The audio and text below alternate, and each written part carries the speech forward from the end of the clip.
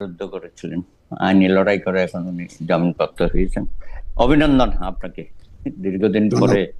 হ্যাঁ, তো খালেদ মহিউদ্দিন ভাই, আপনি যে কথাটা বলেছেন না, এটা এখনো পুরোপুরি পুরোপুরি এই বিষয়ে সিদ্ধান্ত নেওয়ার সময় আসে নাই। 2018-তে তো জাতীয় ঐক্যফ্রন্টের মধ্য দিয়ে আমরা নির্বাচনে অংশগ্রহণ করলাম, এবং শেখ হাসিনা তো আমাদের সাথে প্রতারণাই করলো। যেগুলো আলাপ আলোচনা হয়েছিল, দুবার করে আলোচনা হয়েছিল, হয় নাই। তো তখন তো আমরা মোটামুটি বিএনপি সহ আরো অন্যান্য রাজনৈতিক দল যুগপৎ আন্দোলনের শরিক ছিলাম শেষ দিন পর্যন্ত, এখনো আছি। তো আমাদের একটা লিয়াজো কমিটির মাধ্যমে আমরা কাজগুলো করেছি। এখন আমাদের দল হিসাবে যদি বলেন, হয়তো নির্বাচনে আমরা কোনো আসন তাদের কাছ থেকে নিতে পারি নাই, সেই জন্য মন খারাপ হওয়ারও কিছু নাই, কারণ যারা নিয়েছে তারাও যে খুব একটা ভালো করেছে তাও না।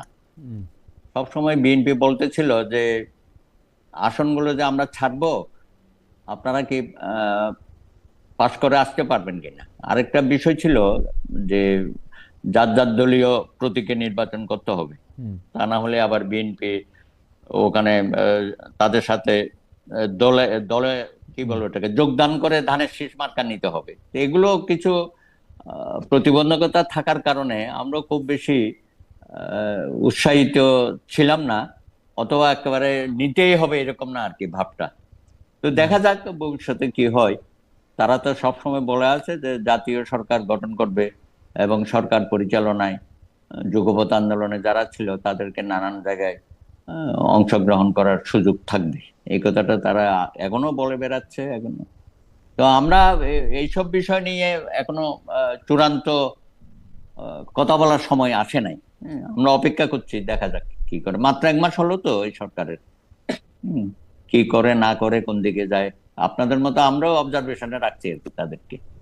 ওকে, তারা অবজারভেশনে থাকছেন। আমি একটু জনাব আবু আলম মোহাম্মদ শহীদ খান আপনার কাছে যেতে চাই। জনাব আবু আলম মোহাম্মদ শহীদ খান, আমরা সংসদে একটা বিতর্ক দেখছি, যে বিতর্কটা আসলে এখন জনগণের মধ্যেও ছড়িয়ে পড়েছে। মানে বিএনপি কি আসলে যেটা জুলাই সনদের মাধ্যমে বা জুলাই সনদ বাস্তবায়নের মাধ্যমে যে রাজনৈতিক সংস্কার করার জন্য তারা প্রতিজ্ঞাবদ্ধ বা প্রতিশ্রুতিবদ্ধ, তার থেকে সরে আসছে কিনা বিভিন্ন রকম সাংবিধানিক, আমি যদি বলি সাংবিধানিক কোট আনকোট হাইকোর্ট দেখিয়ে, যেখানে আসলে সংবিধানটা অন্তত বেশ কয়েকবার সংবিধানকে মানা হয় নাই গত 1.5 বছরে, যেগুলির আসলে সুবিধা বিএনপিও পেয়েছে। আমি আপনার কাছ থেকে একটু জানতে চাই যে বিএনপি প্রতিশ্রুতি ভঙ্গ করছে কিনা রেটরিক দিয়ে। বিএনপি প্রতিশ্রুতি ভঙ্গ করছে কিনা সেটা তো আরো সময় আছে, দেখতে হবে। বিএনপির তো একটা 31 দফা প্রস্তাব ছিল, এবং তারপরে বিএনপি যে সনদের কথা আমরা আলোচনা করছি সেই সনদে বিএনপি স্বাক্ষর করেছিল এবং অনেক দল স্বাক্ষর করেনি, এখনো কেউ স্বাক্ষর করেনি। তো সেই সনদে বিএনপি স্বাক্ষর করেছিল, কতগুলো নোট অফ ডিসেন্ট ছিল, আমরা এইসব বিষয়ে আমাদের আপত্তি আছে। তো বিএনপি যে আপত্তিগুলো করেছিল সেই আপত্তিগুলো তো তাদের জন্য তারা মনে করে ভ্যালিড, এবং সেই আপত্তি নিয়েই তারা আলাপ আলোচনা করেছে এবং সেই আপত্তি দিয়েই তারা সনদে স্বাক্ষর করেছে। সুতরাং এখন যদি কেউ বলেন যে না, সংবিধানের হাইকোর্ট দেখিয়ে তারা সেখান থেকে সরে আসছে, সেটা মনে একেবারে পরিপূর্ণ সত্য কথা বলা হবে না। দেখতে হবে যে বিএনপি যে সমস্ত বিষয়ে নোট অফ ডিসেন্ট দিয়েছে সেই বিষয়গুলি ছাড়া অন্যান্য বিষয়ে তারা কি পদক্ষেপ গ্রহণ করে এবং সংবিধান সংশোধনের মধ্য দিয়ে সেই পদক্ষেপগুলো তারা বাস্তবায়িত করে কিনা। জনাব আবু আলম মোহাম্মদ শহীদ খান, এই প্রশ্নটা আমি আপনাকে করতে চাই, কিন্তু অ্যাডভোকেট সুব্রত চৌধুরীর কাছ থেকেও আমি এ ব্যাপারে একটু মন্তব্য শুনতে চাই। আমরা সংসদে দেখলাম বিএনপির যিনি স্বরাষ্ট্রমন্ত্রী আছেন জনাব সালাউদ্দিন আহমেদ, তিনি একদম স্পষ্ট বললেন যে গণভোটে তো প্রশ্ন ছিল 4টা, কিন্তু আমার কাছে জানতে চাওয়া হচ্ছে হ্যাঁ বা না। সেটা তো 4টার ক্ষেত্রে যাওয়া হয় না, সেটা অনেক বড় প্রশ্ন। কিন্তু আমি এইখানে এত কথা বলবো না, কিন্তু আমার কাছে মনে হয়েছে যে এগুলি প্রত্যেকটা বিষয় আলাদা করে ভাবা দরকার আছে। আমার প্রশ্ন, বিএনপির যিনি সর্বোচ্চ নেতা জনাব তারেক রহমান, তিনি কিন্তু গণভোটে হ্যাঁ দেওয়ার কথা বলেছিলেন। তখন তিনি সেটা কেন বলেছিলেন? তাহলে আজকে এসে যদি তাদের মনে এত প্রশ্ন হয়, আমি তো স্পষ্ট, মানে এখন হয়েছে কি, মানে কারো মুখে স্পষ্ট না শুনলে আর কোনো কিছুকে মানে রেফারেন্স হিসেবে হাজির করতেও ভয় লাগে। কিন্তু তারেক সাহেবের মুখে আমি এটা নিজে স্পষ্ট শুনেছি, তাকে ভিডিও করা হয়েছে, তিনি বলেছেন গণভোটে হ্যাঁ ভোট দেন। তো সেটা উনি কেন বলেছিলেন আসলে? না, এইটা অ্যাডভোকেট চৌধুরী, আমি এটা আবু আলম শহীদ খানকে প্রথমে শুনতে চাই। আপনি যেহেতু আইনজীবী, আপনার কাছ থেকে আইনের প্রেক্ষিতটাও আমি একটু জানতে চাইবো। সেই জন্য আমি একটু, জনাব আবু আলম শহীদ খান যেহেতু রাজনৈতিক বিশ্লেষক, তিনি কলাম লিখবেন, বলবেন, আমি একটু এটা একটু বুঝতে চাই। প্রথমত হচ্ছে যে 4টা মোটা কোশ্চেন এবং এটার মধ্যে 48টার মতো কোশ্চেন ছিল, কেউ কেউ বলেন 72টা ছিল। যাই হোক, এই যে কোশ্চেনিয়ার এবং এই যে আদেশ, সেই আদেশটা সংবিধানের সাথে যায় না এবং এই আদেশটা মহামান্য রাষ্ট্রপতি দিতে পারেন না।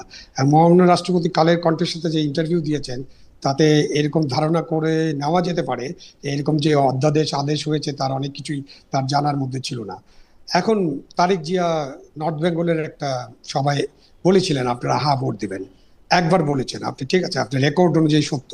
বাট বিএনপি এবং তার অন্যান্য নেতারা এই হা ভোটের পক্ষে একেবারে নেমে আটঘাট বেঁধে প্রচারণা করছে বা প্রচারে নেমেছিল এবং তারা এটাকে সমর্থন করেছে, এরকমটা তখনও আমার মনে হয়নি, এখনো মনে হয় না। তারা হা ভোটের সমর্থনে খুব একটা গা লাগিয়ে প্রচারণা করেননি। তো সুতরাং একবার বলেছেন, কেন বলেছেন এটা ওনারা ব্যাখ্যা দিতে পারবেন। বাট আমি নিশ্চয়ই আমিও শুনেছি যে একবার বলেছেন যে আমরা হা ভোট দিব। এখন তো এরকম রেফারেন্স আছে আমাদের দেশে, 60-এর দশকে এলএফও ছিল, লিগাল ফ্রেমওয়ার্ক, তো ওইটা তো সাইন করা হয়েছিল এবং ওইটা সাইন করার ফলে তখনকার নেতা শেখ মুজিবুর রহমানকে অনেকে বলেছিলেন যে আপনি যেটা সাইন করলেন তারা আপনার 6 দফার তো কবর হয়ে গেল। তখন উনি একটা উত্তর দিয়েছিলেন যে আমি আগে নির্বাচন করি, নির্বাচনে জেতার পরে এই এলএফও আমি ছিঁড়ে বাতাসে ভাসিয়ে দিব। তো এটা তো তারপরে প্রমাণিত হয়েছে যে এরকম সাইন টাইন করা বা এরকম কথা বলার পরে নির্বাচনের পরে বিএনপি নির্বাচনের পরে কি করবে, এটা কিন্তু আমার মনে হয়েছিল যে তারা এই হানা ভোটে অংশগ্রহণ করলো, তারা এটা মানবে না, এটা আমার কাছে মনে হয়েছে এবং এইভাবে মানুষ তাদেরকে ভোট দিয়েছে। আমরা সবাই মনে হয় জানতাম।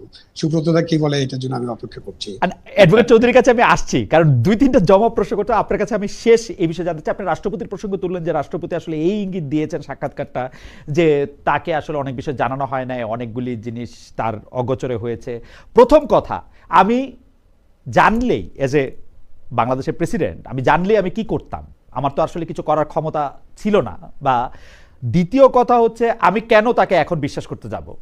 মানে মানে মানে তার কথা, রাষ্ট্রপতির কথা এবং রাষ্ট্রপতির সাক্ষাৎকার দিয়ে যেটা বলছেন সেটা আমার কাছে আসলে কতটা বিশ্বাসযোগ্য? আপনি যদি ওই জায়গাটাতে একটু বলতেন, তাহলে আমি অ্যাডভোকেট চৌধুরীর কাছে 2-3টা আইনি বিষয় নিয়ে একটু যেতে চাই। প্রথমত আপনি ঠিকই বলেছেন যে একটা সরকারের যে পার্লামেন্টারি সিস্টেম অফ গভর্নমেন্ট যখন থাকে তখন রাষ্ট্রপতির ভূমিকা কি থাকে সেটা আমরা জানি, এটা পরিষ্কার এবং অনেক আলোচনা হয়েছে এই বিষয়ে। জাস্টিস শাহাবুদ্দিন সুন্দর একটা কথা বলেছেন, এটা সবাই আমরা জানি। কিন্তু গত 18 মাসের যদি আপনি ট্র্যাক রেকর্ড দেখেন, তাহলে তার কাছে শপথ নেওয়ার পর থেকে ডক্টর ইউনূস এবং তার যে উপদেষ্টারা আছেন তারা কিন্তু সংবিধান অনুসারে চলেননি এবং তাকে তো একবারে ফেলে দেওয়ার চেষ্টা করা হয়েছিল। বঙ্গভবনের কাছে মব পাঠানো হয়েছিল, মব ঘেরাও করে ফেলেছিল বঙ্গভবন এবং অনেক চাপ তাকে দেওয়া হয়েছিল এবং মাঝখানে অনেক নাটক করা হয়েছে।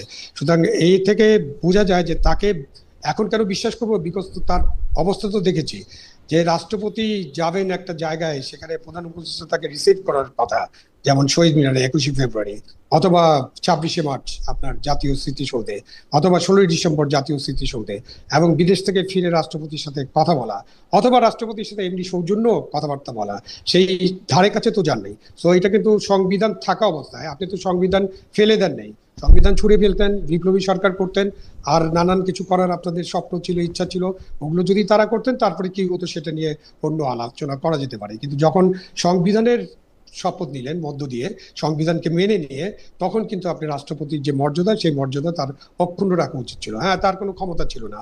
আর রাষ্ট্রপতি কি করতে পারতেন কি করতে পারতেন না সেটার তো সুযোগ আমরা দেখিনি। করতে পারতেন এবং সেটা করার জন্য তাকে যে সহায়তা করার দরকার, সেই অন্যান্য পক্ষরা তাকে সেই সহযোগিতা করছে কিনা এটা কি আলোচনা করব, আমরা করতে চাই না, আলোচনা করার দরকার নেই, সেটা খুব সেনসিটিভ বিষয় হয়ে যাবে। আমি শুধু এখানে একটু বলে রাখি, আমরা এই আলোচনাটা আবার একটু করতেও চাই, কারণ ওই সময়টাকে আমরা এটা তো আমি শুধু বলে রাখি যে যে 5 আগস্টের যে ঘটনার মধ্যে দিয়ে আওয়ামী লীগ সরকারকে বাংলাদেশ থেকে চলে যেতে হয়েছিল, শেখ হাসিনাকে ইন্ডিয়া চলে যেতে হয়েছিল, সেই সময়টায় যে সাংবিধানিক শূন্যতা বা সাংবিধানিক একটা অগোছালো অবস্থা দেখা গিয়েছিল, সেইটা তো আমাদের মনে রাখতে হবে এবং এটা নানা রকমভাবে এটার আমাদের কোশ্চেন করা, উত্তরটা জানতে চেষ্টা করা, সেটা করতেই হবে। আমি জনাব সুব্রত চৌধুরীকে যে প্রশ্নটা করতে চাই, অ্যাডভোকেট চৌধুরী, বিএনপির পক্ষে গণভোটের পক্ষে ভোট চেয়ে, যেটা আসলে উনি ঠিকই বলেছেন যে জনাব খান যেটা ঠিকই বলেছেন যে আমরা তার পক্ষে প্রচারণা করি না, কিন্তু তাদের যে মহাসচিব, সেই মহাসচিবকে বলতে শুনছি যে না বলার কোনো সুযোগ নাই, আমরা সবাইকে বলতে শুনছি যে না এর বিরুদ্ধে আপনারা না, তো হ্যাঁ ভোট আপনারা দেন, এইটা বলার পরে এখন আর এই গণভোটে যেটা বলা হয়েছে সেটার বাইরে যাওয়ার রাষ্ট্রপতি পারে কি পারে না সেটার কোনো সুযোগ আছে কিনা সেটা বলার। আর ডক্টর ইউনূস সাহেবের সময়ে রাষ্ট্রপতির সঙ্গে দেখা করে নাই, রাষ্ট্রপতির কাছে জিজ্ঞেস করে নাই, সংবিধানের বিভিন্ন কিছু মানে নাই, সেটা বলা হয়েছে। আমার বিবেচনা অন্তত 30টা জায়গায় সংবিধান, যদি সংবিধান আপনি বলেন, লঙ্ঘন করা হয়েছে। কিন্তু সেই সব ক্ষেত্রে অ্যাডভোকেট সুব্রত চৌধুরীর মতো senior advocate to the highest court কোনো সময় এটা কোর্টে প্রশ্ন আপনারা করেন নাই, অন্য সময় যেটা করা হয় সেইটাও বা কেন, এবং এটা সংবিধান অনুযায়ী এটা করার কোনো সুযোগ ছিল কিনা, অ্যাডভোকেট সুব্রত চৌধুরী? না, 5ই আগস্টের পরে দেশে যে অবস্থাটা বিরাজ করলো, তাতে তো আপনি এই সংবিধান নিয়ে প্রত্যেকদিন ধারা উপধারা ব্যাখ্যা করার সুযোগ ছিল না। কারণ আমরা সবাই শেখ হাসিনা দেশ ত্যাগের পরে আমরা সবাই যে সরকার আসলো সেই সরকারের পক্ষেই তো আমরা সবাই ছিলাম। আমরা তো বলছি এটা সকলেরই সরকার, আমি বাদে, আমি 1 মাস পরে বলছি আমার সরকার না। তো সুতরাং আমরা তো সরকারের তখনকার প্রতিটা পদক্ষেপের সাথে সম্পৃক্ত ছিলাম। হ্যাঁ, এখন আইসা হয়তো আমরা অনেক কিছু এটার সমালোচনা করছি বা বলছে যে সংবিধান পরিপন্থী অনেক কাজ হয়েছে। কেউ কেউ বলার চেষ্টা করেন যাতে নির্বাচনটা খুব বেশি দূরবর্তী সময়ে না চলে যায়, এই জন্যই সরকারের সাথে একটা সমঝোতার ভিত্তিতে কাজগুলো করা হয়েছে। তবে আমি মনে করি গণভোটের প্রশ্নে যেটুকুন আমাদের অর্জন হয়েছে সেখান থেকে বিচ্যুতি সব ব্যাপারে ঘটানো যাবে না। যেটা বিএনপি স্পষ্ট ভাষায় বলেছে যে আমরা ঐক্যমতের ভিত্তিতে যেটা স্বাক্ষর করেছি সেটা অবশ্যই আমরা যথাযথভাবে প্রতিপালন করব এবং সংবিধানের আলোকেই আমরা সবকিছু করব। তারা বলে নাই যে গণভোটের যে জয়যুক্ত হয়েছে সেটাকে আমরা ফেলে দেব, সে কথা তারা বলে। তবে বলছে যে আমাদের যেগুলো দ্বিমত ছিল সেগুলো আমরা করব কিনা সেটাও আলাপ আলোচনা হতে পারে। এখন তারা পুরোপুরি সংসদের উপরে সবকিছু ছেড়ে দিচ্ছে, এটাই স্বাভাবিক, যেহেতু আমরা একটা সংসদ পেয়ে গেছে এবং এখানে বিরোধী দলও আছে। তো আমার মনে হয় বিএনপি তারা যে করবে না এটা বলার এখনো সময় আসে নাই। যদিও এখানে যুক্তি পাল্টা যুক্তি আমরা তুলে ধরছি এবং যেটুকুন হয়েছে সবকিছু সংবিধান পরিপন্থী হয়ে গেছে, এই কথাটা বললে পরে তো এখন যে নির্বাচন হয়েছে সেই নির্বাচনটা তো প্রশ্নবিদ্ধ হয়ে যায়। সুতরাং সবকিছুকেই ওখানে নেতিবাচক ভাবে আলোচনা করলে তো আমাদের অস্তিত্ব সংকটে আমরা পড়ে যাবো। তাহলে গত 18 মাসের যত কার্যকলাপ হয়েছে এটাকে বাদ দিয়ে তো বাংলাদেশের ইতিহাস রচনা করা যাবে না ধারাবাহিকভাবে। 54 বছর যেমন বলি তার সাথে 1.5 বছরও যুক্ত হয়ে গেছে এবং আগামী দিনে যারা সরকার পরিচালনা করবে সেটা এই ইতিহাসের সাথে সম্পৃক্ত হবে। সুতরাং জনগণের আকাঙ্ক্ষা এবং জুলাই গণ অভ্যুত্থানের যে আকাঙ্ক্ষা সেটাকেও আমাদের ধারণ করতে হবে এবং আমাদের কার্যকরী করতে হবে। এটা আমাদের জাতির কাছে আমাদের ওয়াদা, প্রতিশ্রুতিবদ্ধ আমরা। ওকে অ্যাডভোকেট চৌধুরী, আমি শুধু ভুলে যাব দেখে প্রশ্নটা করে রাখি। ডক্টর মোহাম্মদ ইউনূসের সরকারের সময় অর্থাৎ 2024 সালের 8 আগস্ট থেকে শুরু করে উনি ক্ষমতা হস্তান্তর করেছেন 17 জানুয়ারি, যদি আমি ওরকম ধরে রাখি 17 ফেব্রুয়ারি যদি আমি এরকম ধরে রাখি, এই সময়টায় দেশ কি মানে সংবিধান দিয়ে চলেছে নাকি অন্য কিছু দিয়ে চলছে? মানে আমার যখন যতটুকু ইচ্ছা ততটুকু, আমি আপনার কাছে কি মনে হয় মানে একটা জুরিস্ট হিসাবে? না এটা তো বলা যায় না যে পুরাটাই সংবিধান, কতটা সংবিধান হিসেবে চলছে এখন এগুলো প্রত্যেকটা ধরে ধরেই করা যায়, তাই না? এই 5ই আগস্টের পর থেকে যা কিছু হয়েছে সবটাই কি সংবিধানের আলোকে হয়েছে? হয় নাই। সুতরাং অনেক ব্যত্যয় ঘটেছে। কতখানি সংবিধানের আলোকে ঘটছে? না প্রত্যেকটা ইস্যু ধরে, এই যে আমরা সংবিধান রাখলাম, রেখে আবার রাষ্ট্রপতিকে রাখলাম, তার মাধ্যমে আমরা শপথ নিলাম, তাকে রেখেই তো আমরা সবকিছু করছি। এখন এই এই সেই রাষ্ট্রপতিকে কেউ কেউ অবৈধ বলার চেষ্টা করতেছে, তার ভাষণ শুনতেছে না, তারা ওয়ার্কআউট করতেছে, অনেক কিছুই তো হচ্ছে। তো এর মধ্যে দিয়ে হয়তো একটা কিছু বেরোবে, যেটা জাতির জন্য ভালো হবে আমি মনে করি। সুতরাং এখনই আমাদের এত দুই পক্ষ এত উত্তেজনা পরিবেশ সৃষ্টি করা বোধহয় উচিত হচ্ছে না। দেখা যাক ভবিষ্যতে আমরা যারা সংসদের বাইরে আছি, আমরাও তো কথাবার্তা বলবো বা রাজপথে আমাদেরও তো থাকার সুযোগ থাকবে।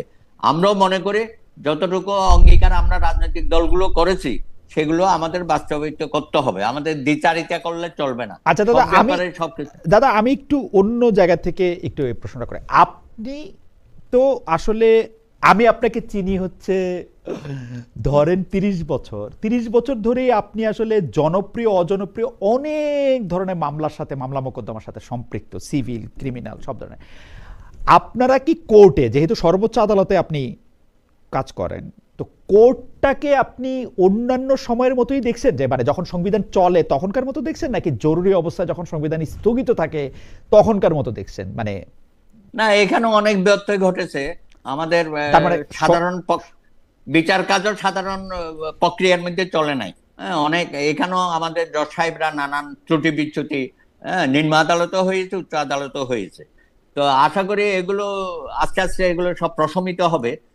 একটা উত্তেজনা বিরাজ করছিল আর কি বহুদিন ধরেই, সেখান থেকে বেরোতে গেলে এখন একটু বর্তমানে গণতান্ত্রিক সরকার আসছে, আমরা নিশ্চয়ই আশা করব যে আমরা সাংবিধানিক ধারাবাহিকতায় আমরা আবার আমাদের কার্যক্রম পরিচালিত করব সর্বক্ষেত্রে। সেটা অবশ্যই সেটা করা সম্ভব হবে। হয়তো অনেকেই এটার মধ্যে নানা রকমের বিভিন্ন প্রশ্ন তুলবে বা আমাদেরকে চলার পথে নানা রকমের বাধা বিঘ্ন সৃষ্টি করবে, এবং কোর্টও নানান ধরনের উত্তেজনাকর পরিস্থিতি সৃষ্টি হবে, অতীতেও যেমন হয়েছিল। সেগুলো নিশ্চয়ই আমরা সবাই মিলে আমাদের যে একটা জাতীয় ঐক্য আমরা গড়ে তুলেছিলাম গত আন্দোলনে এবং পরবর্তী সময়ে, সেই ঐক্যটাকে ধারাবাহিকতা ভাবে আমাদের বজায় রাখতে হবে। তা না হলে কিন্তু আমরা আবার হোঁচট খাবো আর কি। এটা আমাদের দেশের জন্য মঙ্গলজনক হবে না। আপনাকে ধন্যবাদ অ্যাডভোকেট চৌধুরী। আমি জনাব আবু আলম শহীদ খানের কাছে একটু আসতে চাই, যে ধারাবাহিকতার ঐক্যের কথা অ্যাডভোকেট চৌধুরী বলছেন, আমার প্রশ্নটা অনেকটা সেই রকম ভাবেই সাজানো। আপনি কি মনে করেন যে অ্যাডভোকেট চৌধুরী কিন্তু কিছুটা পরিষ্কার করেই বললেন যে সাংবিধানিকভাবে অনেক কিছুর বার্তাই ঘটছে, উচ্চ আদালতও, যেখানে আমাদের সর্বোচ্চ মানে শেষ রিজোর্ট আমরা যাকে বলি, সেইখানেও আমরা আসলে উচ্চ এবং বিচার আদালত দুটি সম্পর্কেই তিনি বলেছেন। তার মানে আমাদের আদালতের রাইট, সাংবিধানিক রাইট অনেক কিছুই আসলে নিয়ে ভবিষ্যতে প্রশ্ন তোলা যাবে, কিন্তু ধারাবাহিকতাটাও তিনি রাখতে বলছেন, ভবিষ্যতে ভালো হবে বলে বলছেন। আপনার কাছে কি মনে হয় যে এই সাংবিধানিক ধারাবাহিকতাটা কি আরেকটু ভালো করতে পারতো ডক্টর মোহাম্মদ ইউনূস এবং তার উপদেষ্টা সরকার, নাকি মানে আপনি এটাকে আসলে কিভাবে দেখেন? মানে হয় কি একদিনে তো কোনো কিছুর, মানে এগুলির তো লং টার্ম ফুটপ্রিন্ট থেকে যায়। মানে ওই আমলে যদি কোনো সাংবিধানিক ব্যত্যয়, যেটা আমরা সংবিধানে আমরা ছুঁড়ে ফেলে দিতে পারতাম, রাষ্ট্রপতিরে ফালা দিতে পারতাম, ফরদ মজার ভাই যেমন বলেন যে আমি গিয়ে এখানে ঘোষণা করতে পারতাম, আমি বলতে ছাত্রনেতারা এখানে ঘোষণা করতো আজকে থেকে আমি রাষ্ট্রের দায়িত্ব নিলাম জনগণের সামনে, সেটাও নাকি করা যাইতো। তো সেগুলি করলে ভালো হইতো, সংবিধানটাকে পুরোপুরি ফেলে দিলে ভালো হতো, নাকি যা করছে ওনারা মন্দের মধ্যে ভালোই করছে? আপনার একটু কি করলে ভালো হতো এরকম গবেষণা করা যেতে পারে, বাট এটার তো কোনো স্পেসিফিক উত্তর নাই, মানে যদি কিন্তু উত্তর হয় না।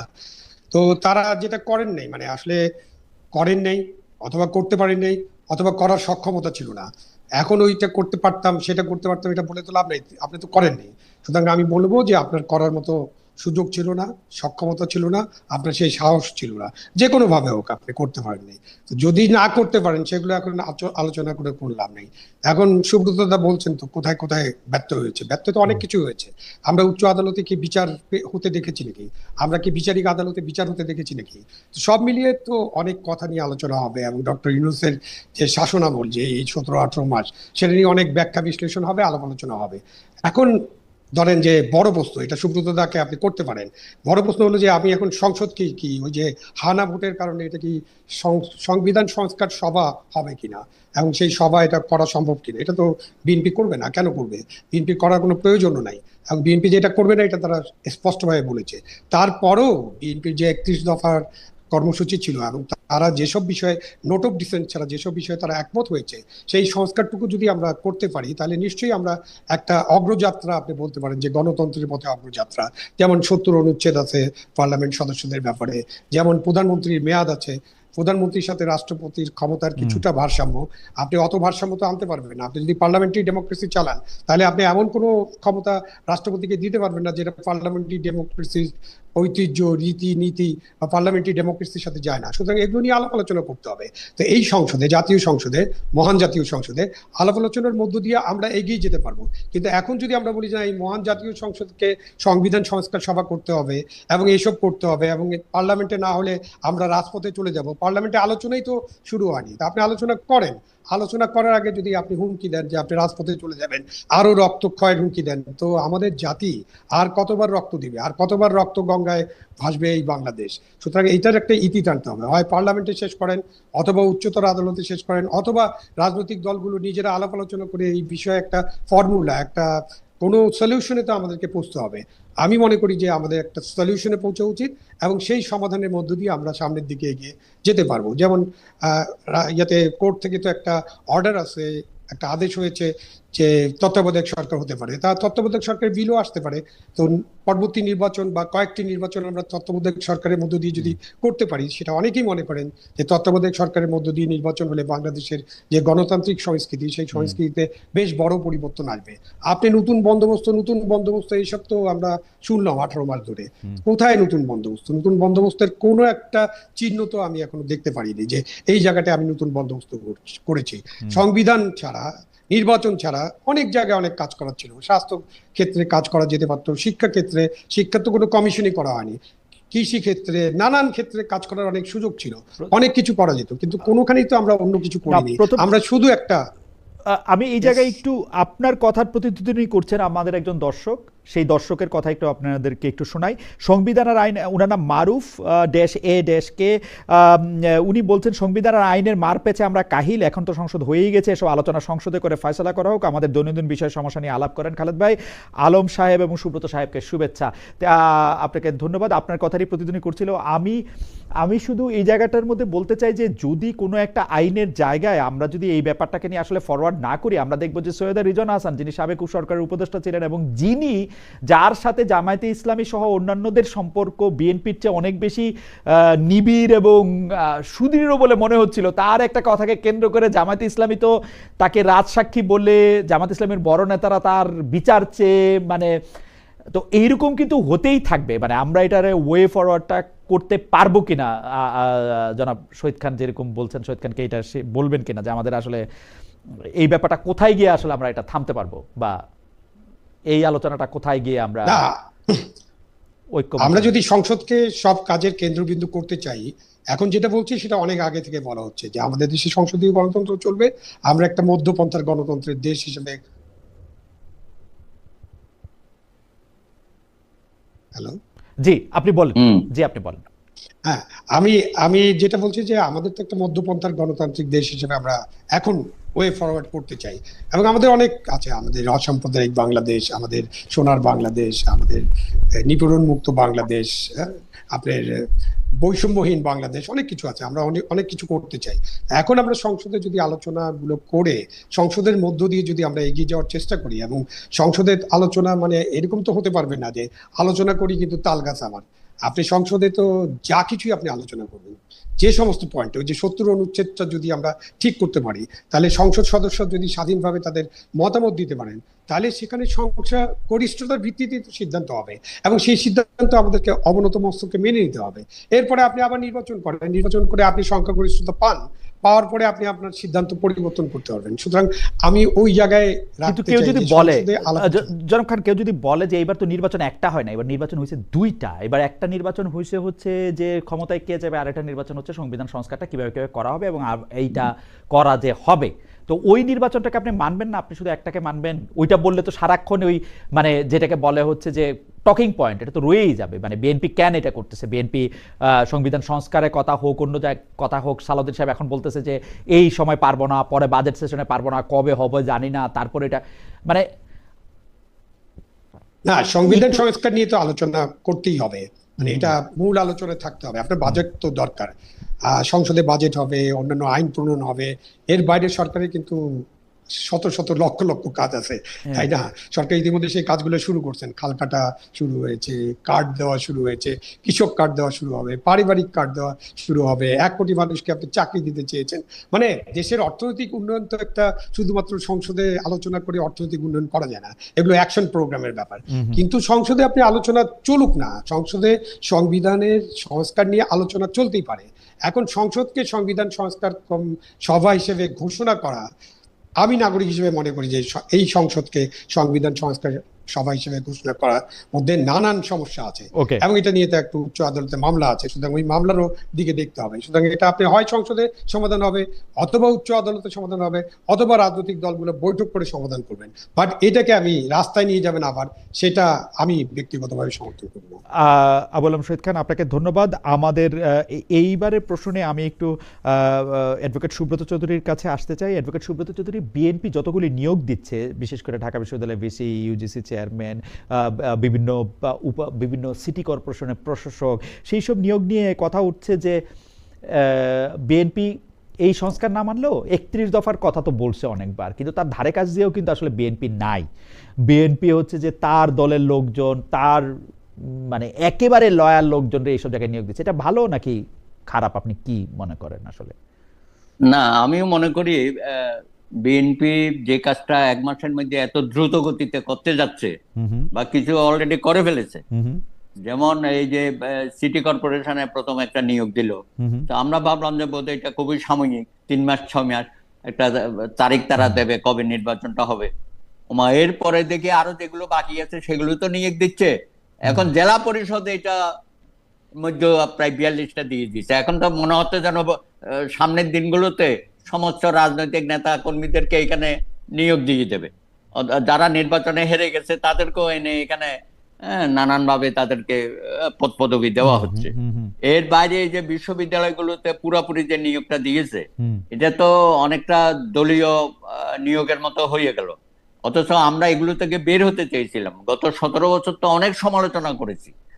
শেখ হাসিনার সময় যে নিয়োগগুলো হয়েছিল বা যে নির্বাচনগুলো হয়েছিল, বা একটা গণতান্ত্রিক প্রতিষ্ঠানগুলোকে যে উনি ধ্বংস করে দিয়ে গেছে, সেই জায়গা থেকে বেরোতে গেলে তো আমাদের, আপনারা সবসময় বলছেন যে আমরা সংবিধান মেনে চলবো, সংবিধানের ধারাবাহিকতা রক্ষা করব। তো সংবিধানে তো নির্দেশনা দেওয়া আছে স্থানীয় পরিষদ এগুলো নির্বাচনের ভিত্তিতে হবে, অধিকতর গণতন্ত্র এখানে থাকবে, জনগণ তার প্রতিনিধি নির্বাচিত করবে, এবং এখানে দলীয় প্রতীক থাকবে না। এই কথাগুলো তো আমরা অতীতে অনেক সমালোচনা করেছি। তো সেই ব্যাপারে তো মনোযোগী হওয়া উচিত। মির্জা ফখরুল ইসলাম আলমগীরের মতো একটা মানে শীর্ষ পর্যায়ের নেতা সেখানে এই মন্ত্রণালয়ের দায়িত্বে আছেন। আবু আলম শহীদ খান সাহেব এখানে সচিব হিসাবে দায়িত্ব পালন করেছেন, বিখ্যাত সচিব ছিলেন। হ্যাঁ, সেই সময়ে। তো এগুলো আমাদের অভিজ্ঞতার আলোকে অতীতে যা হয়েছে আমরা সেখানে ফিরতে চাই না। কিন্তু গত 1 মাসে আপনারা যে কাজগুলো করলেন জনাব তারেক রহমানের সরকার, আমরা মনে করি এগুলো খুব শুভ লক্ষণ না। আমরা দ্রুত এখান থেকে বেরোতে চাই, এবং এখানে মেধা সম্পন্ন লোকজন যাচাই বাছাই করে সবকিছু দলের মধ্যে রাখলে পরে কিন্তু এখন আরো একটা ঘটনা ঘটেছে, আপনি দল আর সরকারকে একাকার করে দিচ্ছেন। অথচ গত 17 বছর ধরে আমরা এইসব কথা বলেছি যে দল আর সরকার যদি একাকার হয়ে যায় তাহলে আপনারা মুখ থুবড়ে পড়বেন। কিন্তু অ্যাডভোকেট চৌধুরী, এই দল আর সরকার একাকার হয়ে যাওয়া এগুলি খুবই আপনারা ওয়েস্টার্ন পার্সপেক্টিভ থেকে বলেন না? আমাদের দেশে তো দল আর সরকার একাকার হয়েই যাবে, এটার বাইরে কি হবে আসলে? আপনি মানে তারেক সাহেব কি দলকে আর সরকারকে আলাদা করে ফেলবেন? না, এটা নতুন সরকারের জন্য বিরাট চ্যালেঞ্জ। আমরা বলেছিলাম যে যারা সরকারের দায়িত্ব পালন করবে তারা দলের পদবিতে থাকবেন না। এমনকি আমরা বলেছিলাম যিনি সংসদের নেতা হবেন, প্রধানমন্ত্রী হবেন, তিনি দলীয় পদে থাকবেন না। আপনারা এগুলি বলছেন, তো বিরোধী দলের নেতার ক্ষেত্রে কি হবে? উনি বিরোধী দলের জামাতের আমিরও থাকবেন, বিরোধী দলের নেতাও থাকবেন। হ্যাঁ, সেখানেও করতে হবে। ওই কথা তো আপনারা বলেন না, ওই কথা তো আপনারা বলেন না। দলের সংস্কারও চেয়েছি, দলের মধ্যে গণতন্ত্রায়ন এবং দলের পদ পদবি, একজনকে বহু পদের মধ্যে ধরে রাখা, আঁকড়ে রাখা, তার পক্ষে তো কাজ করা সহজ না এটা। সুতরাং সেখান থেকে বেরোতে গেলে আপনি গত 1 মাসের দ্রুত গতিতে যেভাবে জনগণের মধ্যে একটা আশা-আকাঙ্ক্ষা সৃষ্টি করেছেন, একইভাবে রাষ্ট্র পরিচালনার ক্ষেত্রে জনগণকে মধ্যে দৃশ্যমান হতে হবে যে আপনি অতীতের ধারাবাহিকতায় চলছেন না, আপনার মধ্যে কিছু নতুনত্ব আসছে, দল পরিচালনার ক্ষেত্রে নতুনত্ব দেখাতে হবে, সরকার তাতে পরিচালনা আপনি সামনের দিকে এগোতে সরকার পরিচালনা তো একটা সামনের দিকে এগোতে সরকার পরিচালনা তো একটা ধারাবাহিকতার ব্যাপার। তো সেই ধারাবাহিকতার ক্ষেত্রে শেখ হাসিনা সরকার 16 বছর 17 বছরে সকল প্রতিষ্ঠান ধ্বংস করছে, তার সাথে আমি 100% বেশি একমত। কারণ এই কথা আমি সবসময় বলি যে শেখ হাসিনা প্রতিষ্ঠানগুলিকে ধ্বংস করছে, ভালো কথা। কিন্তু তারপরে যে আমরা একটা অনির্বাচিত অরাজনৈতিক সরকার পেলাম, তারা কি প্রতিষ্ঠানগুলিকে গড়ে তোলার ব্যাপারে সিরিয়াস ছিল? না না, তাদের তো এত দায় দায়িত্ব ছিল না এত, কিন্তু তারা তারা বেশি সময় তো নিয়েছে। দিনের পর দিন শুধু পপুলিস্ট কাজগুলোই করছে। হ্যাঁ। কেন করছে? মানে তাদের কারণটা কি? 1.5 বছর সময় নেওয়া উচিত হয় না? এটা তো 3 মাস 6 মাসের মধ্যে নির্বাচন দেওয়া উচিত ছিল, সেটা তো আমরা দাবি করেছিলাম। যাই হোক, সেটা হয় নাই। কিন্তু তারা যে 18 মাসে যে কাজগুলো করেছে, একটা ভঙ্গুর অবস্থার মধ্যে আমাদেরকে রেখে দিয়েছে। তো সেখান থেকে পরিবর্তিত পরিস্থিতিতে কিছু করতে হলে আপনাকে অনেক চিন্তা ভাবনা করে মেধা সম্পন্ন ব্যক্তিদেরকে নিয়ে এসে রাষ্ট্রের কাজে লাগাতে হবে। সবকিছু দলীয় পরিচয় দিয়ে, যেমন বাংলাদেশ ব্যাংকের যে গভর্নরটা করলো, এটা নিয়ে তো অনেক সমালোচনা হচ্ছে, তাই না? আমি জানি না ওনার পারফরমেন্স কি হবে, এটা না করলে তো হইতো। তাহলে এইসব জায়গায় যারা আমাদের দেশে বিশ্বাসযোগ্য মানুষ আছে, মেধা সম্পন্ন মানুষ আছে, তাদেরকে কাজে লাগান। সবকিছু দলীয় পরিচয় করলে তো আবার আগের মতো দলবাজি দলদাস এগুলো তৈরি হবে। আপনারা এখান থেকে বেরোতে চাই।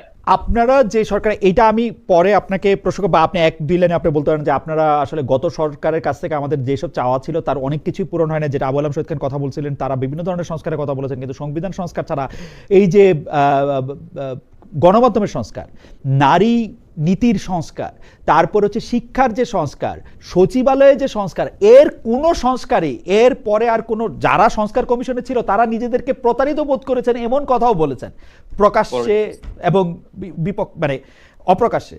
তো এইটা কেন? মানে ডক্টর মোহাম্মদ ইউনূস আসলে কার স্বার্থ মানে প্রতিভাত করতে চেয়েছিলেন? ডক্টর মোহাম্মদ ইউনূস এবং জনাব আলী রিয়াজ, মানে এটা কেন?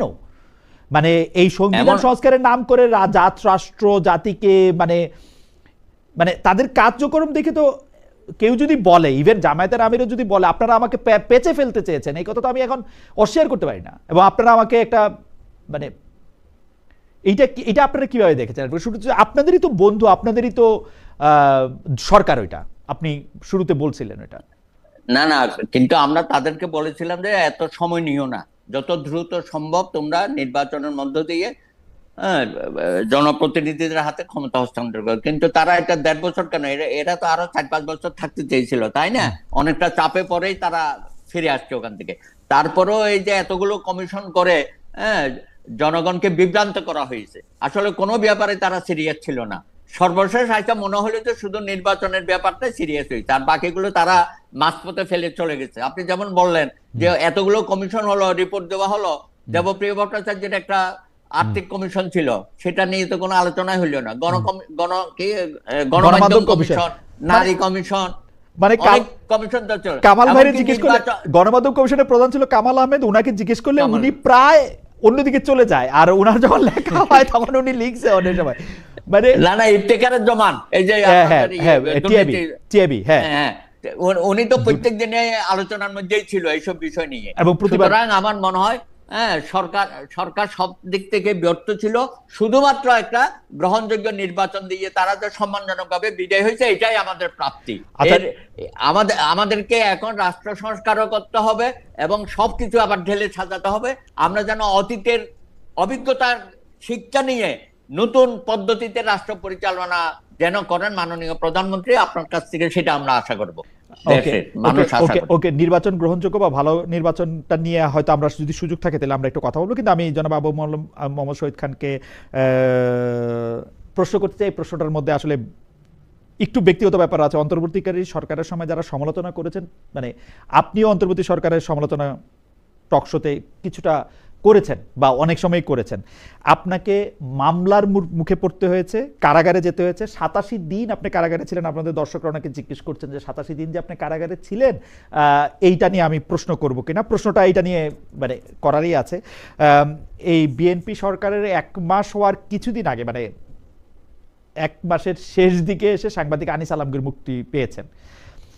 আমি আনিস আলমগীরের ক্ষেত্রে অভিযোগটা আমি দেখেছি যে পরে সেটা দুর্নীতি দমন কমিশন, তার নামে নাকি টাকা পয়সা এগুলির আনিস ভাইয়ের সাথে দেখা হইলে বা আনিস ভাইয়ের সাথে যদি কথা কওয়ার সুযোগ হয় আমি তার কাছে জানতে চাই, আপনারা জানতে চাই মানে আপনার বিরুদ্ধে অভিযোগটা কি ছিল জনাব আবু আলা মোহাম্মদ শহীদ খান? মানে প্রথমত তো আমাকে বাসা থেকে ফেসিস্টের দোষর বাসা থেকে নিয়ে যাওয়া হলো ডিবি অফিসে, ওখানে সারা রাত ছিলাম এবং পরের দিন হঠাৎ করে বলা হলো যে আপনাকে চালান করা হলো। তখন আমি জানি না কেন চালান করা হচ্ছে এবং ওইখানকার কোনো কর্মকর্তা আমার সাথে কোনো কথা বলেনি। এখন পর্যন্ত আইইউ সাহেবের সাথেও আমার কোনো কথা হয়নি, দেখা হয়নি। তারপর দেখা গেল যে সন্ত্রাস দমন আইনে একটা মামলা দেওয়া হয়েছে। ৭১ মঞ্চ একটা সংবিধান নিয়ে আলোচনা করার জন্য, সংবিধান এবং বাংলাদেশের মুক্তিযুদ্ধ এই বিষয়ে আলোচনা ডেকেছিলেন। ওই আলোচনার সভায় আমি আলোচনা শুনতে গিয়েছিলাম, সেখানে অনেকের থাকার কথা ছিল এটা জেনে। তো সেই সূত্রে ওই 14 জন বা 16 জনের সাথে আমাকে জড়িয়ে দিয়ে একটা মামলা তারা দিলেন এবং সেই মামলায় জামিনযোগ্য অপরাধ হিসাবে আমাকে জেলখানায় পাঠিয়ে দেওয়া হলো। সেদিনেই কোনো রিমান্ড চাওয়া হয়নি, তারপর জেলখানায় যেহেতু 87 দিন থাকলাম, পরে হাইকোর্ট উচ্চ আদালত থেকে জামিন পেয়ে মুক্ত হয়েছি। আপনার সঙ্গে সরকারের কারো মানে উপদেষ্টা বা প্রধান উপদেষ্টা কারো সাথে আর কখনো কোনো জায়গায় দেখা হয়েছিল যে মানে আপনিও যদি একটু জানতে চাইতেন, কারণ আমি 2-1 উপদেষ্টার কাছে জানতে চেয়েছিলাম যে মানে আপনাকে গ্রেপ্তার করার কারণ কি? আপনার সঙ্গে মঞ্জুরুল ইসলাম পান্না একজন সাংবাদিক আছেন, তাকেও আসলে গ্রেপ্তার করা হয়েছিল, তো এটা কারণটা কি? তো উনারা আমাকে খুব মানে মানে উত্তর দিতে পেরেছেন তা ব্যাপারটা এরকম না। কিন্তু আমি যখন এটা নিয়ে আলোচনা করি তখন কেউ কেউ জানতে চায় আওয়ামী লীগের সময় শেখ হাসিনা যখন এরকম করেছেন তখন কোথায় ছিলেন? ভাই আমরা বাংলাদেশে ছিলাম, এর প্রতিবাদ করেছি, ডিজিটাল ফুটপ্রিন্ট আছে, এটা দেখে নিয়েন আর কি। সুব্রত চৌধুরী অনেকের বিরুদ্ধে মামলা করেছেন, রিট করেছেন। আবু আলা মোহাম্মদ শহীদ খান প্রকাশ্যে অপ্রকাশ্যে যখনই ডাকা হয়েছে তখন বলেছেন। একটু দেখে নিয়েন ভাই আমরা কোথায় ছিলাম, হ্যাঁ একটু সুবিধা হবে। তো আমরা কিন্তু আসলে মানে অন্তত এই যে গ্রেপ্তারের এই ধরন বা পরে মামলা দেওয়ার ধরনে আমরা দেখলাম যে doctor Mohammad Yunus, professor doctor Mohammad Yunus, তিনি শিক্ষাটা একদম পুরোপুরি নিয়েছেন শেখ হাসিনার থেকে। তিনি শিক্ষক মানুষ, তিনি হয়তো আমাদের থেকে শিক্ষা দিতে পারতেন, কিন্তু তিনি শিক্ষার ক্ষেত্রে তার পূর্বসূরিকেই অনুসরণ করেছেন। আপনার কি মনে হয় মানে একেবারে আমি জানি না অভিযোগপত্রে কি আছে, আপনাকে আসলে কি দেখানো যাবে? ৭১ মঞ্চতে আপনি এটা শুনতে গেছেন, তার আগে আপনি আপনার বিরুদ্ধে জনতার আদালতের কারিগরদের জনতার মঞ্চ, ওইটা অভিযোগপত্রে এইসব কিছু নাই, শুধুমাত্র ৭১ মঞ্চের বিষয়টা উল্লেখ করা আছে এবং সেখানে যে একটাই এফআইআর, তো ওই এফআইআরে বলা হয়েছে যে তারা নাকি ষড়যন্ত্র করেছিল সরকার উৎখাতের। আর ডক্টর ইউনূস কাকে অনুসরণ করেছেন সেটা তো আমি জানি না, বাট ডক্টর ইউনূস এবং তার যে আইন উপদেষ্টা ছিলেন উনি একজন আইনবিদ, উনি এখনো কলাম লিখছেন এবং ওই ওখানে বেশ কয়েকজন আইনবিদ ছিলেন। তো তারা তো জানেন যে গোটা 18 মাসে, এবং সুব্রত দা সবকিছু জানেন যে গত 18 মাসে কত হাজার হাজার মানুষকে না বিনা অপরাধে আমি এটা ভালো সেটা আমি অ্যাডভোকেট সুব্রত চৌধুরীর কাছে যাই। অ্যাডভোকেট সুব্রত চৌধুরী, আসিফ নজরুল ভাইকে, প্রফেসর আসিফ নজরুলকে আমি অনেকবার এই বিষয়ে কথা জিজ্ঞেস, আমার সুযোগ হয়েছিল যে বাংলাদেশে অ্যাটর্নি জেনারেল যিনি আবার এখন আইনমন্ত্রী, তাকেও এই প্রশ্ন আমার অনেকবার করা। তারা কিন্তু একটা ডিফেন্স এরকম নিছেন যে এই মামলাগুলি কেউ আমরা করি নাই, এই মামলাগুলি সরকার করে নাই, কারা জানি করছে, মামলাগুলি অ্যাডমিসিবল হয়েছে, আমাদের তো তারপর এটা করছে। আমি একটু এই জিনিসটা একটু আমরা জানতে চাই যে তখন যদি এত মামলা হয়ে থাকে এখন মানে মানে এটি কেমন, মানে আমাদের বিচারকরাই বা কেমন? যদি অন্য কেউ মামলাও করে থাকে এটা ওনারা নেন কেন, শুনেন কেন, পরে এটার প্রসিড করেন কেন? আমাদের বিচারকরাকে কোনোদিন মানে এমন একটা সময় কি কোনোদিন আসবে না যে উনারা আসলে বিচারক হইতে পারবেন? এত যে আমরা এখানে আপনি ভাগ করলেন আদালত, মানে আমি হ্যাঁ করলেন, তো এত যে করলেন তো এটা কি? না না, আসলে অধিকাংশ মামলা হচ্ছে প্রতিহিংসামূলক। তারা যতই অস্বীকার করুক তারা করে নাই, হ্যাঁ, বা সরকার করে নাই অনেক সময় বলে তারা, কিন্তু মামলাগুলোকে উৎসাহিত করা হয়েছে, শত শত হাজার হাজার এখানে আসামি করা হয়েছে। এগুলো মামলাগুলো তো গ্রহণযোগ্যতাই নাই এসব কারণে। এই জন্যই আমাদের চাপে তারা বলেছিল যে এগুলো যাচাই বাছাই করে আমরা এই মামলাগুলো থেকে বাদ দিয়ে দেব, কিন্তু সেটা তারা করে দিতে পারে না। এখন আবার সরকার একটা নতুন কমিটি করছে আসাদুজ্জামান আইনমন্ত্রীর নেতৃত্বে, তারা যাচাই বাছাই করে এই সমস্ত ভুয়া মামলাগুলো তারা তুলে ফেলবে। অ্যাডভোকেট চৌধুরী, আমি বিচারকের জায়গাটা থেকে একটু আপনার মন্তব্য শুনতে চাই। বিচারকদেরকে স্বাধীন করা হইলো, বিচারকরা কি এটা আসলে? আরে শোনেন, এখানে তো মব জাস্টিস না, মব ইনজাস্টিস হয়েছে, মবক্রেসি। পুরা বাংলাদেশ 18 মাস মবক্রেসির মধ্যে চলেছে। উচ্চ আদালতে মবক্রেসি হয় নাই, প্রধান বিচারপতি সহ কয়েকজন বিচারপতিকে তো চলে যেতে হলো, অনেককে তো ছুটিতে পাঠিয়ে দিল। এবং জেলা জজ আদালতেও এইসব কাণ্ড আমরা দেখেছি। এবং বেইলের প্রশ্নে ছোটখাটো মামলা তো বেইল না দেওয়ার জন্য মব করা হয়েছে। তো এই ধরনের কার্যকলাপকে তারা সরকার অনেক সময় বৈধতা দিয়েছে। তারা বলেছে এগুলো মবক্রেসি, এগুলো হচ্ছে চাপ সৃষ্টি করা। এই চাপের মধ্য দিয়ে গত 18 মাস তারা চালিয়েছে। এই যে আপনাদের যে বন্ধু প্রেস সেক্রেটারি ছিল শফি, হ্যাঁ, তো উনি তো প্রায় মবক্রেসির পক্ষেই কথা বলেছে। এটা তো খুবই, আমি কি বলবো, এটা পুরা বাংলাদেশটাকে তারা প্রায় ধ্বংসের দিকে ঠেলে দিয়েছিল। এখানে বিচার, আচার, আইন কানুন, আদালত কিচ্ছু ছিল না।